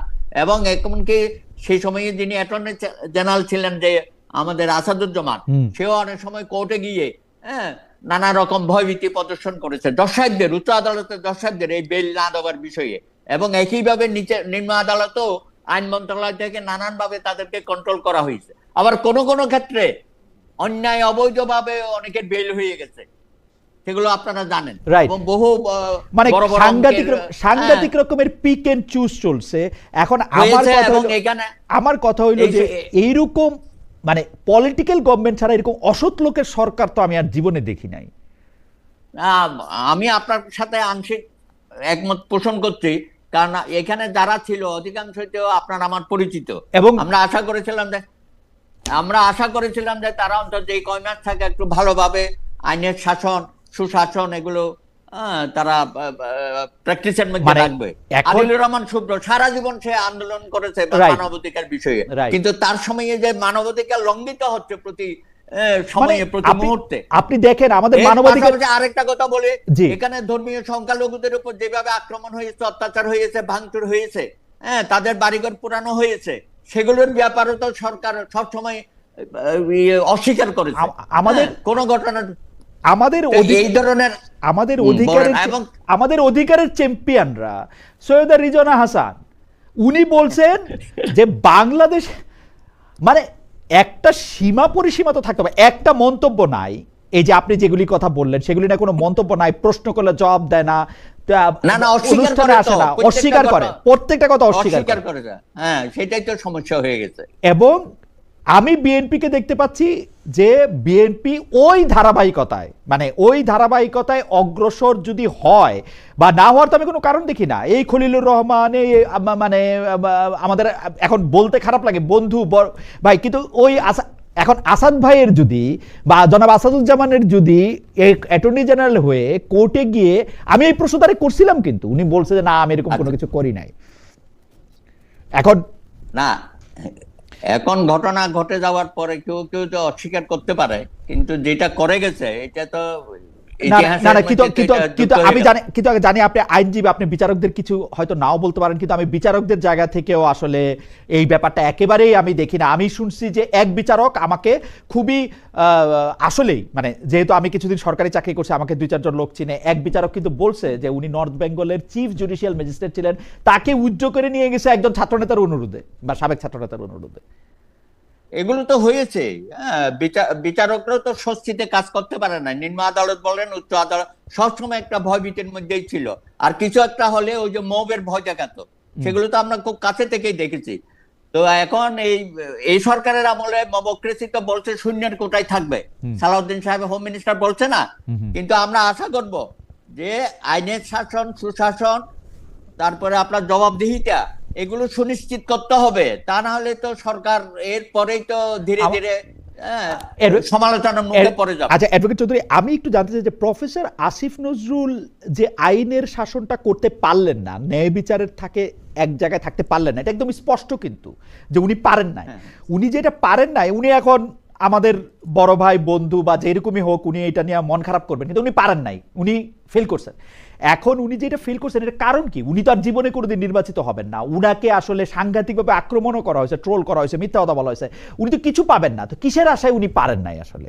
এবং আমার কিন্তু এটা বিশ্বাস না যে উনি খুব চোর। না, কিন্তু উনি ওনার আন্তরিকতার অভাব ছিল না, কিন্তু ওনার কার্যত এমন অবস্থা মেকানিজম তৈরি ছিল ওখানে। ইউনূস সাহেব বলছিল যে আমি সবকিছু রিসেট করে দেব। তার মানে কি? আপনি একদরকে আপনি মুছে ফেলার চেষ্টা করেছিলেন, আপনি জামাতকে ক্ষমতায় আনার জন্য সমস্ত পরিকল্পনা করেছিলেন, তার সাথে তো অনেকে সম্পৃক্ত ছিল। মানে অস্বাভাবিক কতগুলো ঘটনা তারা ঘটাতে চেয়েছিল। যাই হোক, শেষ পর্যন্ত একটা নির্বাচনের মাধ্যমে কিন্তু আমরা না, কিন্তু আপনার এই কথা, আপাতত একটু কিন্তু স্বস্তির দিকে। আপনার এই কথার সাথে আমি কেমনে একমত হবো? আমি তো দেখি যে ইউনূস সাহেবের উপদেষ্টা পতাকা লয়ে গিয়ে আবার পতাকা লয়েই ফেরত আসছে, খলিলুর রহমান। আমি তো দেখি যে ইউনূস সাহেবের অ্যাটর্নি জেনারেল আইসা এখানে আইনমন্ত্রী হয়েছে। আমি কেমনে বুঝবো যে এটা জামাতরে ক্ষমতায় বসাতে চাইছিল? ইউনূস সাহেব তো বিএনপিরই ক্ষমতায় বসাতে চাইছিল, এরকম মনে হয়। না, বা কিছু কিছু কারে কে ক্ষেত্রে বসবে হয়তো- না বসবে, অ্যাডভোকেট চৌধুরী, আমার আসলে কি মনে হয় আমি বলি, কে বসবে না বসবে, কে কয়টা সিট নিয়ে বসবে আসবে, এগুলি ইউনূস সাহেব একটু ঠিকঠাক করছে বোর্ডের মধ্যে, আমার কাছে এরকম মনে হয়। আচ্ছা,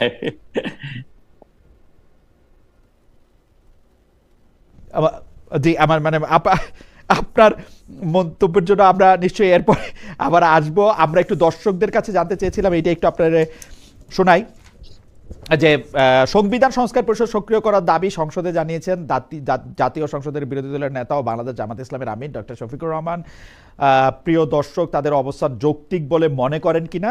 শতকরা ৭৫% দর্শক এটাকে যৌক্তিক মনে করেছেন, শতকরা ২৫% দর্শক মনে করেছেন যে না, এটি যৌক্তিক নয়, যৌক্তিক নয়। এই আমাদেরকে ২১,০০০ ভোট দিয়েছেন।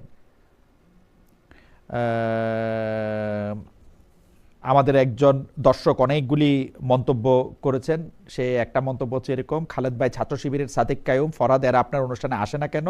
উনারা কি আপনাকে বয়কট করেছে নাকি তারা আপনার অনুষ্ঠানকে মূল্যায়ন করে না? বয়কট করেছে বলে মনে হয় না, তাহলে তার জামাতে ইসলামের শীর্ষ নেতৃবৃন্দ আমার অনুষ্ঠানে আসতেন না। মূল্যায়ন হয়তো করেন না, তাদের কাছে মনে হয় যে তার চেয়ে অনেক বড় কাজ নিশ্চয়ই তাদের রয়েছে। আমরা একটু যেতে চাই অ্যাডভোকেট আবু আলম শহীদ খান আপনার কাছে, যে বিএনপির নির্বাচনী ইশতেহারের একটা বহুল আলোচিত, বহুল প্রচারিত বিষয় ফ্যামিলি কার্ড ও খাল খনন, সরকারের ১ মাস না হতে এই দুটি বাস্তবায়ন শুরু হয়েছে। এতে তারেক রহমান সরকারের গতিশীলতা প্রমাণিত হচ্ছে। জনগণ কি এগুলি দ্রুতই দেখতে চাচ্ছিল, নাকি আগামী ১-২ মাস সরকারের ১০০ দিনের মধ্যে হলো ঠিক ছিল? এটা প্রথমে করার কোনো স্পেশাল কোনো কারণ আছে কিনা? আমাদের একজন অধ্যাপক, আমার নিজের শিক্ষক, উনি একটা বিষয়ে উনি একটু মন্তব্য করেছেন, সেই মন্তব্যটা আমি একটু পড়ে শোনাই। আমি ঠিক শিওর না আমার শিক্ষক আসলে তার নাম উল্লেখ করে এইটা বলতে বলছেন কিনা, কিন্তু আমি মন্তব্যটা বলছি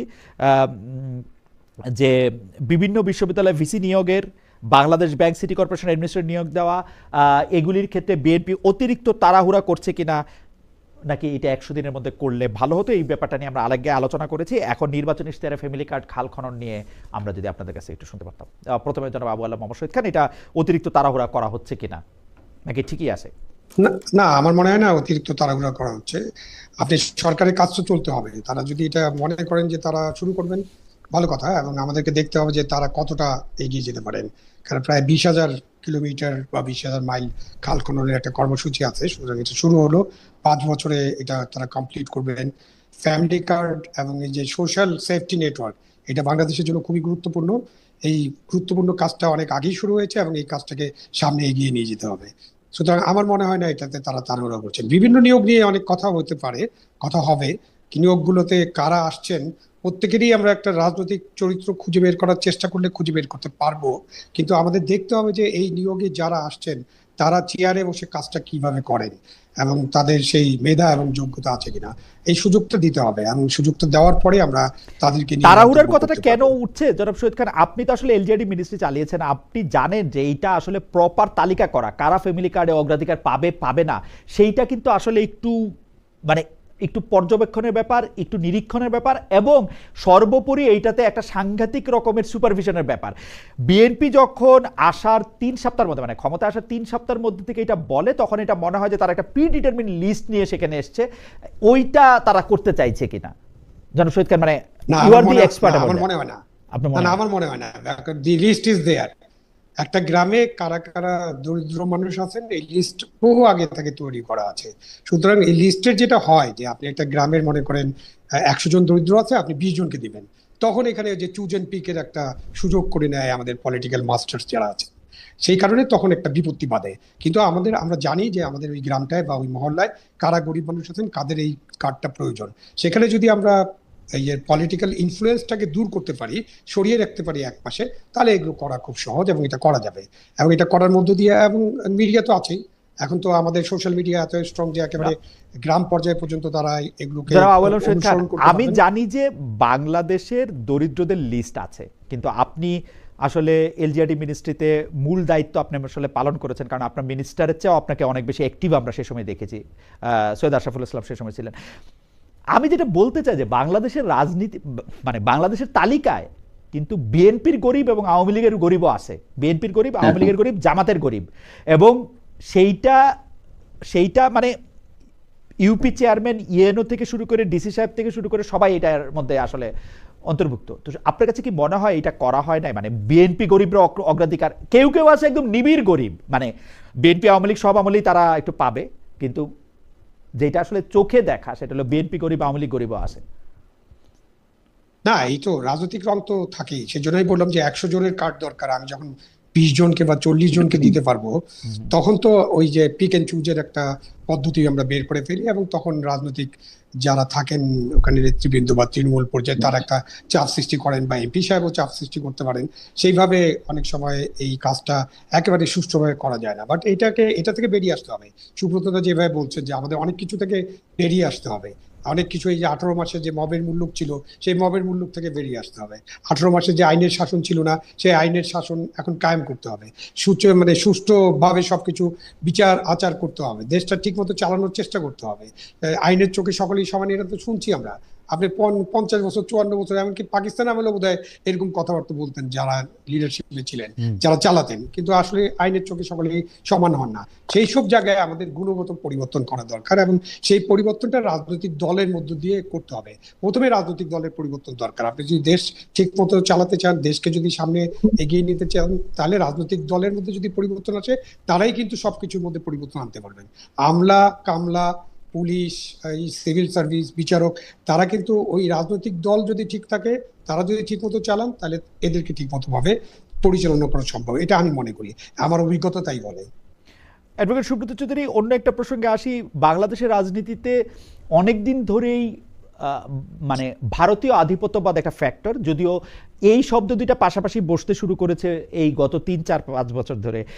এইটা আপনি আসলে কিভাবে দেখেন? ডক্টর মোহাম্মদ ইউনূসের সময় এটা কিভাবে ছিল, বা এই সরকারের সময় এসে আপনি আসলে কিভাবে দেখেন যে ডক্টর ইউনূস সরকারকে তেমনভাবে ভারত গ্রহণ করতে পারে নাই, সেই জন্য ডক্টর ইউনূস সরকার আসলে ফেল করছে, এই সরকারের দিকে ভারত 2 হাত বাড়ায় দিছে, সেই জন্য লাভ করতেছে। আপনাকে এই প্রশ্ন করতেছি, যখন আপনার যেহেতু বাংলা বা সংস্কৃত নাম, আপনাকেও আসলে সরাসরিভাবে এটা নিশ্চয়ই শুনতে হয় যারা আওয়ামী লীগ করেন তাদেরও, এবং আপনার শুধু আওয়ামী লীগ না করার কারণে, আপনার শুধু বাংলা নাম হওয়ার কারণে আপনি রয়ের এজেন্ট কিনা, ভারতীয় আধিপত্যবাদের আসল কিরণক কিনা, ডিপ স্টেট কিনা, সেইটাও অনেক প্রশ্ন শুনতে হয়। এইগুলি আপনি কিভাবে ডিল করেন বা আপনি কিভাবে দেখেন? না, আমার তো কোনো সমস্যা হয় না, কারণ ভারত যেখানে আমাদের বাংলাদেশের স্বার্থের বিরুদ্ধে কাজ করে, বা বর্ডারে যখন কিলিং হয়, বা একচেটিয়া ব্যবসা করার জন্য তারা যখন সমস্ত রকমের সুযোগ সুবিধা নেয়, তখন তো এগুলোর বিরুদ্ধে তো আমরা কথা বলি। আমরা তো বলি একটা সম্মানজনক সম্পর্ক তাদের সাথে থাকবে, এবং তার স্বার্থটা তারা দেখবে, আমার স্বার্থটা সর্বাগ্রে আমাদের দেখতে হবে।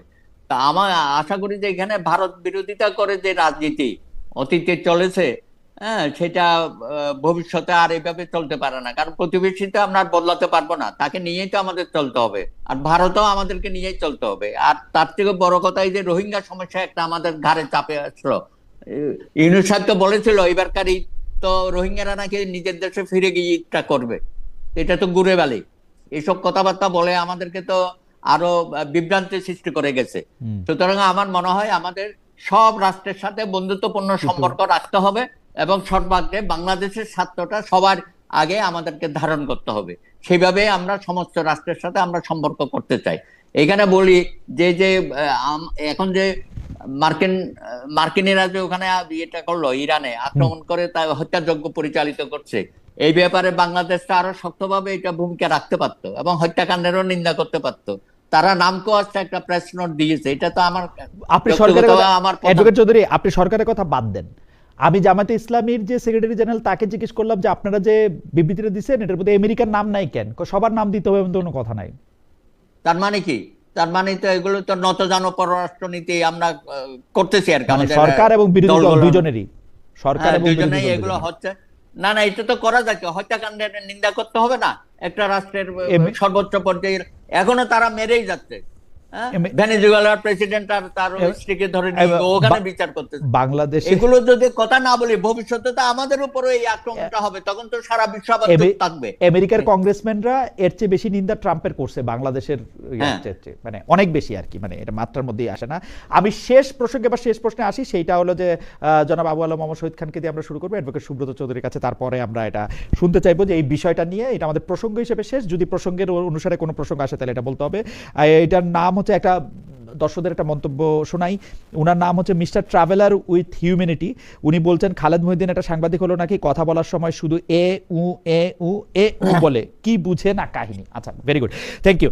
আমি যে প্রসঙ্গটাতে প্রশ্ন আপনাকে করতে চাই জনাব আবু আলম মোহাম্মদ শহীদ খান, অনেক বছর ধরে বা অনেক সময় ধরে আমার ধারণা এই প্রশ্নটা রয়ে যাবে যে আমরা এই 2026-এর ইলেকশনটা কেমন দেখলাম।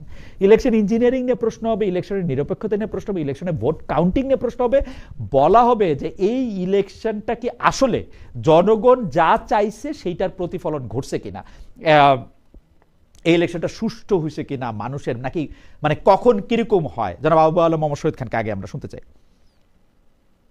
না, ওভারঅল ইমপ্রেশন তো মানুষের হলো যে ইলেকশন মোটামুটি সুষ্ঠু হয়েছে এবং আইন শৃঙ্খলা পরিস্থিতি ভালো ছিল, এবং মাঝখান দিয়ে তো আমরা বিভিন্ন ইঞ্জিনিয়ারিং এর কথাবার্তা শুনি। আসলে হয়েছে কি খালেদ, যখনই কোনো ইলেকশন হয় তখন তো আমরা এই ইঞ্জিনিয়ারিং, সূক্ষ্ম কারচুপি, স্থূল কারচুপি, মিডিয়া কু, এগুলো বহুদিন ধরে শুনছি। যারাই পরাজিত হয় বা যারাই জিতলেও মানে পার্টি জিতেছে, তিনি নিজে জিতেন নাই, তারাও মনে করেন তাকে হারিয়ে দেওয়া হয়েছে। তো এগুলো তো আইন আদালতে যাচ্ছে, এই কথাগুলো আলোচনা হবে, কিন্তু এই আলোচনাটা বড় আলোচনা না করে আমাদেরকে এখন সংসদ যেটা হয়েছে, যেহেতু আমরা অনেকদিন পরে একটা সংসদ বসছে, সেই সংসদের মধ্য দিয়ে যদি আমরা সামনের দিকে এগিয়ে যাওয়ার চেষ্টা করি, সেটা হয়তো আমাদের সকলের জন্য ভালো হবে। আমরা এরপরে আরেকটা ভালো নির্বাচন করব তত্ত্বাবধায়ক সরকারের অধীনে, তারপরেরটা আরো ভালো নির্বাচন করব, এইটা আমাদের মোটো হওয়া উচিত। কিন্তু এই যে ইঞ্জিনিয়ারিং, অমুক তমুক, এইসব নানান কথাবার্তা বলে এই ইলেকশনটাকে যদি আমরা প্রশ্নবিদ্ধ করে ফেলি, যদি প্রশ্নবিদ্ধ করতে চাই, অফকোর্স এটা একটা ইনক্লুসিভ নির্বাচন হয়নি, এই ব্যাপারে তো কোনো প্রশ্ন নাই। সুতরাং একটা বড় দল এই নির্বাচনে অংশগ্রহণ করেনি, হ্যাঁ তারা করতে পারেননি, দেশের 60% মানুষ ভোট দিয়েছেন, সেটা নিয়েও আপনি প্রশ্ন তুলতে পারেন যে এখানেও ভোটটা ঠিক মতো হয়েছে কিনা। বাট ওভারঅল ইমপ্রেশন ইলেকশন হয়েছে, এবং ইলেকশনে মানুষ ভোট দিয়েছে, এবং ইলেকশনের রেজাল্টের পরে মানুষের প্রতিক্রিয়া কিন্তু সাধারণ মানুষের, রাজনৈতিক দলের প্রতিক্রিয়া তো আর সব প্রতিক্রিয়া নয়, সাধারণ মানুষ, সাধারণ ভোটারদের প্রতিক্রিয়া এমন নয় যে তারা প্রতারিত হয়েছেন। ওকে, অ্যাডভোকেট সুব্রত চৌধুরীর কাছে একটু জানতে চাইবো যে ইলেকশনটা আসলে কেমন হয়েছে। ইঞ্জিনিয়ারিং, আসলে আমরা আমাদের শব্দাবলীতে নতুন নতুন শব্দ যোগ হয়, সূক্ষ্ম কারচুপি, স্থূল কারচুপি, এইবার আসে ইঞ্জিনিয়ারিং, কিন্তু এইবার একটা নতুন স্লোগান শুনলাম, ভোট যার যার গুণাগুন্তি আমার, মানে এইটা এইটা নাকি, এইটা আমি শুনছি যে এইটাও একটা চলছে যে, এবং কেন নাহিদ পাশ করলো, কেন নাসির পাশ করলো না, কেন ঢাকায় উমুক জিতলো তমুক জিতলো না, কেন মামুনুল হক ফেল তো উমুক পাশ, ওরকম নানা ধরনের কথা মানে নানাভাবে শুনছি। এবং আমার কাছে যেটা শোনা সেটা হচ্ছে, অ্যাডভোকেট সুব্রত চৌধুরী আবার বলি, আমার কাছে যেটা শোনা সেটা হচ্ছে যে যদি কোনো ইঞ্জিনিয়ারিং হয়ে থাকে, আসলে হয়তো হয়েছে, সেটা সবাই মিলেঝিলে করছে। মানে আসলে আমি যদি বলি 54 বছরের পরে আমরা একটা গ্রহণযোগ্য নির্বাচন, হ্যাঁ, অত্যন্ত ভালো নির্বাচন হয়েছে, এটার মধ্যেও নানা রকমের কথাবার্তা হচ্ছে, এবং এটা অধিকাংশ ক্ষেত্রে আমি দেখি জামাতিদের পক্ষ থেকে বলা হচ্ছে, কারণ তারা চাইছিল এই নির্বাচনকে আরো ব্যাপকভাবে কলুষিত করা, এবং তার কিছু লক্ষণ আমরা দেখেছি। এই বিকাশে নগদে টাকা দেওয়া, হেলথ কার্ড দেওয়া, নানা রকম উপটোকন দেওয়া, ঘরে ঘরে বোরকা দিয়ে দেওয়া, আপনি কি একটু একচোখা মন্তব্য করতেছেন কিনা এই জিনিসগুলো কি বিএনপি করে, এইগুলো কি বিএনপি করে নাই? জামাতে ইসলামী যে হারে 1000 কোটি টাকা নিয়ে মাঠে নেমেছিল, প্রত্যেকটা কনস্টিটিউয়েন্সিতে তারা কোটি কোটি টাকার বাজেট ছিল, সুতরাং এত কিছু করার পরও তারা সরকার গঠন করতে পারে নাই। এই জন্যই তারা এখন এত বেশি হয়ে গেছে, হ্যাঁ, নানান ভাবে এখন এই নির্বাচনটাকে প্রশ্নবিদ্ধ করার চেষ্টা করছে। তবে কোনো কোনো ক্ষেত্রে আমিও মনে করি, হ্যাঁ, জামাতে ইসলামী বিভিন্ন জায়গায় তারা নিজেরাই ইঞ্জিনিয়ারিং করেছে এবং নিজেরাই এগুলো নিয়ে বেশি প্রচার করতেছে। বিএনপির দিক থেকে কিন্তু এত বেশি কথাবার্তা বলা হচ্ছে না, 2-4টা মামলা হয়েছে, জিতছে না বিভিন্ন আসনে যে তারও হেরে গেছে, সেখানে কিন্তু নির্বাচন সঠিক নির্বাচন করতে পারে নাই, টাকা পয়সা যাচ্ছে তাই তারা এগুলো খরচ করেছে। তো যাই হোক, এখন কিছু মামলা হয়েছে হাইকোর্টের ট্রাইব্যুনালে, আমরা ভবিষ্যতে দেখব এইসব ব্যাপারে কি হয়। তবে আমার মনে হয় যে ঢালাভাবে নির্বাচনটাকে প্রশ্নবিদ্ধ করলে এটা দেশ এবং জাতির জন্য ক্ষতি হবে, এটা করা উচিত না। আমি আগামী দিনে আরো উন্নত মানের নির্বাচন আমরা করতে পারবো তত্ত্বাবধায়ক সরকারের অধীনে, সে লক্ষ্যেই আমরা যেন সবাই হাঁটি। এই প্রশ্নটার একটা লেজ, মানে এই প্রশ্নটারই লেজ না, এটা দর্শকদের পক্ষ থেকে, আমাদের কি বলে গবেষক দলের পক্ষ থেকে এই প্রশ্নটা একটা লেজ। আপনি কি মনে করেন যে আওয়ামী লীগের রাজনৈতিক ভবিষ্যৎ কি? এইটা আমরা একটু আবু আলম মোহাম্মদ খানের থেকে শুনে এটা শেষ করবো। আওয়ামী লীগের রাজনৈতিক ভবিষ্যৎ কি? আওয়ামী লীগের কোনো রাজনৈতিক ভবিষ্যৎ আদৌ আছে কিনা? আওয়ামী লীগ তো একটা অনেক বড় পার্টি এবং সবচেয়ে পুরানো দল এই দলগুলোর মধ্যে। জামাতের চেয়ে বয়স কম, এটা ঠিক, জামাতের আরো পুরানো দল। এবং আওয়ামী লীগের যে কর্মী সমর্থক আছে, আওয়ামী লীগের যে কর্মী সমর্থক আছে সেটা তো আমরা জানি 40%, কেউ 30%, সবচেয়ে কম বললে 30%-এ নামেন কেউ কেউ। তো সুতরাং আওয়ামী লীগ যদি তাদের রাজনীতিটা ঠিকভাবে করতে চায়, তাদের যে ভুল ভ্রান্তি, সীমাবদ্ধতা, ত্রুটি বিচ্যুতি, একটা আত্মসমালোচনা, সেই সব করে আওয়ামী লীগ যদি তার রাজনীতি করতে চায়, আমার মনে হয় যে আওয়ামী লীগের রাজনীতিতে ফিরে আসার সুযোগ আছে। অ্যাডভোকেট সুব্রত চৌধুরী কি মনে করেন? না না, আওয়ামী লীগ তো এটাকে তো আপনি ধ্বংস করে দিতে পারবেন না। এটা তো তৃণমূলের ছড়িয়ে ছিটিয়ে আছে। তো আমার মনে হয় এই বিগত 17 বছর যারা লিডারশিপে ছিল, তাদেরকে জনগণ দেখতে চায় না। নতুন লিডারশিপ আনতে হবে, নতুন লিডারশিপ, ওকে, নতুন লিডারশিপ আনতে হবে, যারা নষ্ট হয় নাই, পচে যায় নাই। কিন্তু 17 বছরের আওয়ামী লীগকেও ধ্বংস করে দিয়ে গেছে, কি বলবো, প্রতিষ্ঠানগুলোকে অ্যাডভোকেট সুব্রত না, আওয়ামী লীগকেও ধ্বংস করছে। ও, আওয়ামী লীগকেও ধ্বংস করছে, রাইট। এইটা তো আমি আপনার সাথে একমত। আপনি লিডারশিপের চেঞ্জের কথা বলতেছেন, অ্যাডভোকেট সুব্রত চৌধুরী এবং জনাব আবু আলম শহীদ খান বলছেন যে ভুল ভ্রান্তিগুলি যদি অ্যাড্রেস করে নতুন রূপে যেটা আসতে পারে, তাহলে আসলে রাজনীতিতে আসতেও পারে। আমরা এটা দেখি যে পরে ভবিষ্যতে এটা কি হয়। অ্যাডভোকেট সুব্রত চৌধুরী, আপনাকে অনেক ধন্যবাদ। জনাব